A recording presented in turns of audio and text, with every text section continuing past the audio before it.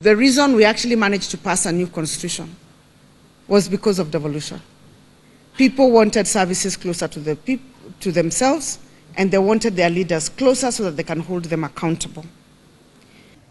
Hello, ladies and gentlemen. Welcome to the backstory. If you're new here, kindly hit that subscribe button and the notification bell down below so that you can be notified when we post a new video. Now, ladies and gentlemen, the Council of Governors Chairperson Waiguru has sounded an alarm over attempts by the executive, which is headed by William Ruto, to claw back on the gains made on devolution by starving county governments of funds. Just this week, Waiguru was speaking at a function which was being held in Naivasha, and in that function, the president was attending with the CSS. The message from the governors is this: they support your government.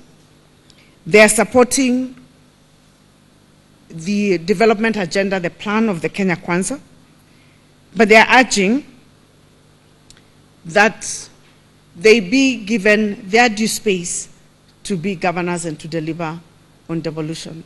And I think the best way we can do that is when we work together in synergy. Look at the things that we have achieved in health when we have met halfway. The things we've achieved with cooperatives when we have met halfway.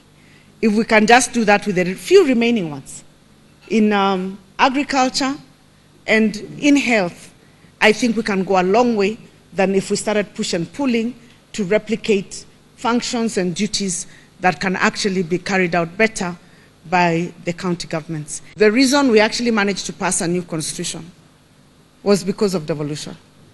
People wanted services closer to themselves, and they wanted their leaders closer so that they can hold them accountable. So maybe I urge us and urge our colleagues, because we're on the same side. When you see devolution, do not see Governor Waiguru. Don't see Governor Ahmed or Governor Sang. We are just holding office temporarily. See the reason why devolution was actually established. Other than the issue of even resources, think politics. This country had reached a place where it was almost breaking because of centralization of power. And if we claw back everything, it may not happen now. It may not happen in 5 years. It may not happen in 10 years, but there will be a revolt by the people because we will go back to the problems that we had before devolution. I want to urge us as members of the government of Kenya Kwanza. We are all on the same side. We all, for example, support His Excellency the President. I'm now speaking first as Kenya Kwanza. And so I know it can be extremely tempting by the CSS to expand your portfolio. Because if you're given a portfolio that you think, especially if you've come from politics, that you're not going to the ground, that maybe it is limiting you. Let me urge you, please resist that temptation. Resist the temptation to claw back. It can never augur positively on this government. Let it not be that this government is the one that clawed back. And we have worked very hard to restrain from having fights publicly. But if we are going to hire officers that can be done, to do work that is done by county officials, there will be a clash.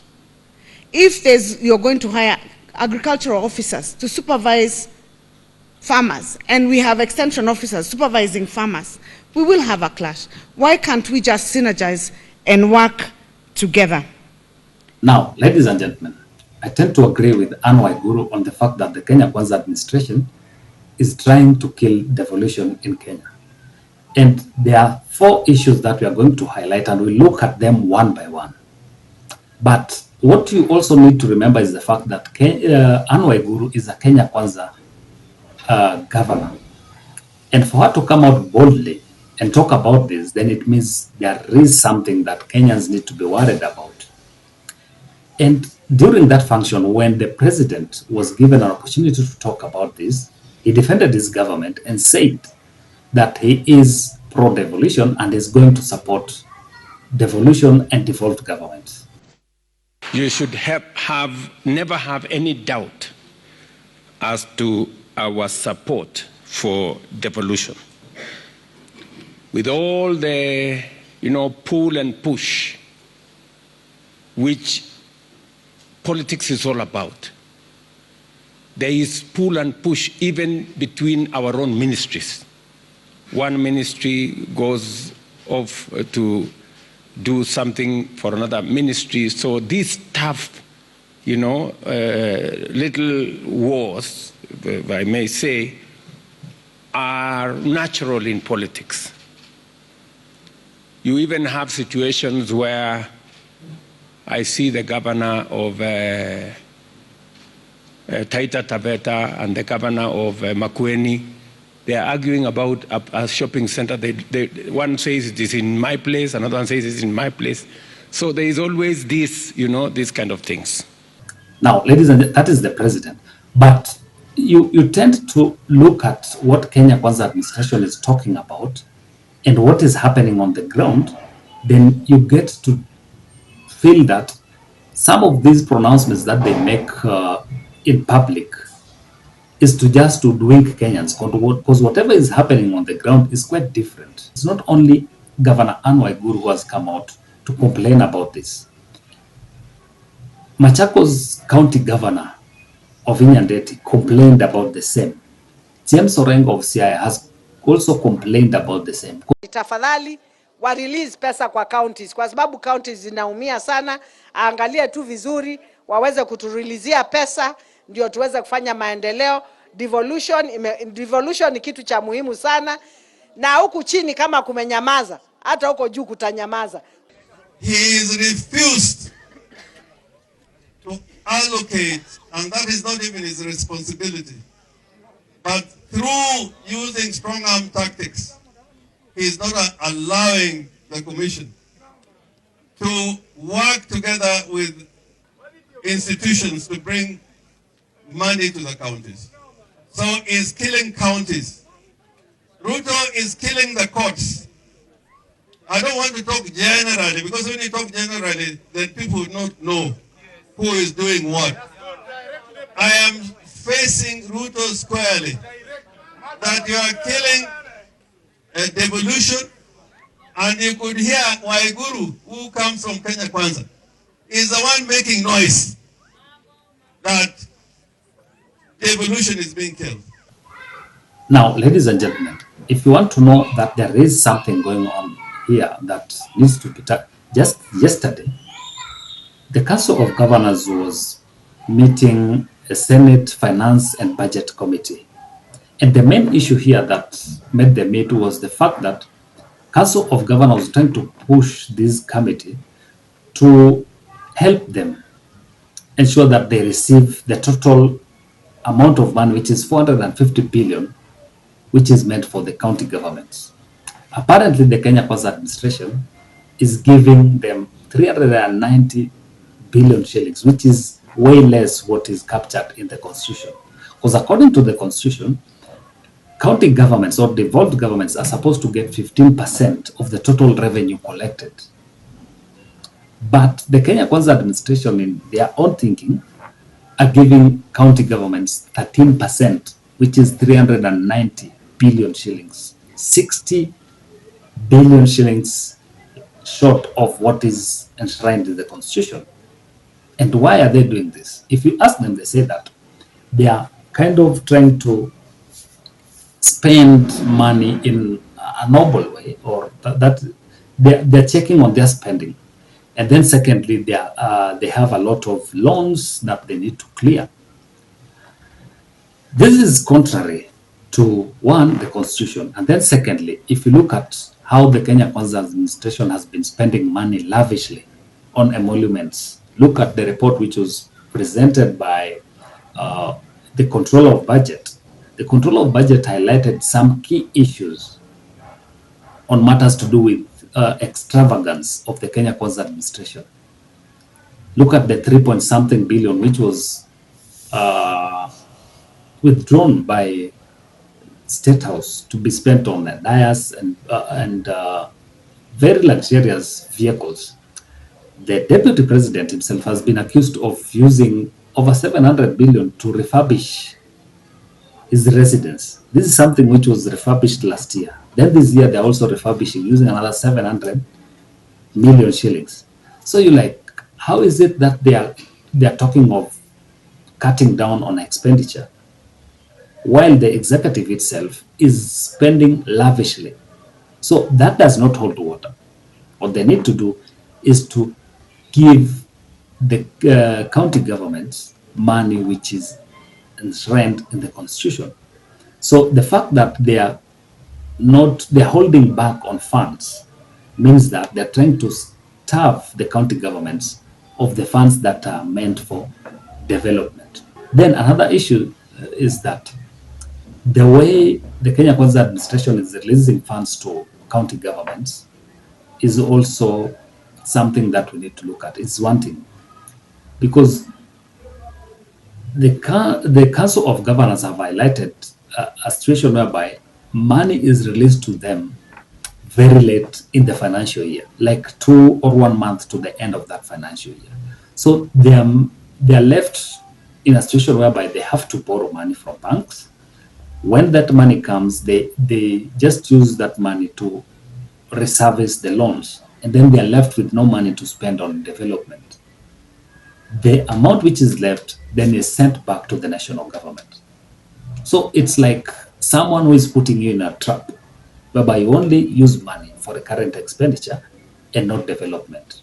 When the 2010 constitution was promulgated, we envisioned a situation whereby some of the roles, like in health, land, agriculture, and housing, were supposed to be devolved fully to the counties. But look at it. Look at what the Kenya Kwanza administration is doing right now. They've come up with policies that duplicate roles that are supposed to be done by county governments. Like, if you look at the budget policy statement that they have made, it shows that more money is going to be spent at Afya House, at Kilimo House, and Maji House for roles that are devolved. Why don't they send that money to county governments? Tell them that these are functions that have been devolved. You guys are supposed to take care of all that. Right now, there is a bill which is being worked on, whereby the national government wants to take care of human resource in the health sector, so that they be in charge of employing nurses, doctors, and their remuneration. It could be a good point, because there have been a lot of issues here and there when it comes to doctors and nurses strike, when it comes to remuneration and all that. But I think it's something that needs to be discussed together with the county governments. Then the other issue is the housing. Look at the housing levy and the housing fund. Land is a devolved function, and housing is also a devolved function. The way in which the Kenya Kwanza administration is trying to implement this housing levy without involving county governments is worrying. The Kenya Kwanza administration has come out with this housing policy where they are able to get public land which is under the county government. Then this land is given to developers, private developers. The private developers build houses which they in return sell to Kenyans. This is done without consulting the county governments. So what does that tell you? So all these things that the Kenya Kwanza administration are doing in land, in health, in agriculture. In agriculture, they are employing extension officers that are going to supervise the extension officers that are employed by the county governments. How are they going to work? Who is going to be the superior boss? Who is reporting to who in this chain? So those are just duplication of roles that are not helping develop county governments. But the most important thing here is that the Kenya Kwanza administration need to do is to fully fund those devolved functions. There is no need of having money being spent at Afya House, Kilimo House, and Maji House instead of sending that money to county governments. You know, when you send money to county governments, it's like you are boosting the economy. You are re-energizing the lower parts of the economy, and then this has a ripple effect in your collection. So whatever the Council of Governors and these other governors are talking about is something that should worry Kenyans. Because devolution, if you look at it, however much they've not done like 100%, they also have their own failings that they need to tackle. But devolution has kind of revolutionized how things are working in the rural homes or rural areas in Kenya. So it's something that Kenyans need to guard selfishly instead of letting the Kenya Kwanza administration claw back on the gains. We just need to build on the gains. We just need to build on whatever positives that we have made. Try to fix the loopholes here and there so that Kenya can grow as a nation or as one nation. So ladies and gentlemen, that is it from us today. Until next time, bye-bye.